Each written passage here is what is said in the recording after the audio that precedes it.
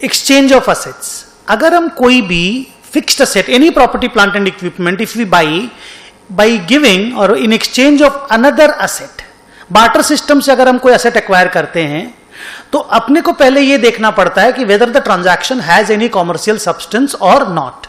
Commercial substance का मतलब होता है the timing, amount and risk of the cash flow should change after the exchange of the asset.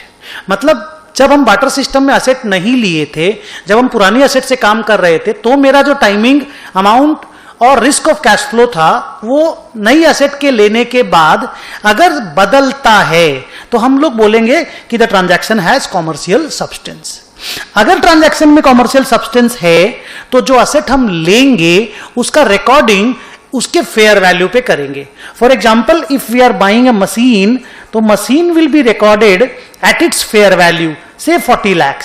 और जो asset हमने दिया, मान लीजिए mobile, that mobile will be credited at its carrying amount, से 10। तो जो भी डिफरेंस होगा वो प्रॉफिट एंड लॉस अकाउंट में ट्रांसफर हो जाएगा, which is nothing but profit on sale of mobile.